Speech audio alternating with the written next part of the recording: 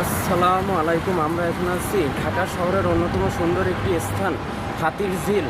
বিশেষ করে শুক্র থেকে শনিবার সাপ্তাহিক ছুটির 2 দিন এখানে হাজার হাজার মানুষ ঘুরতে আসে।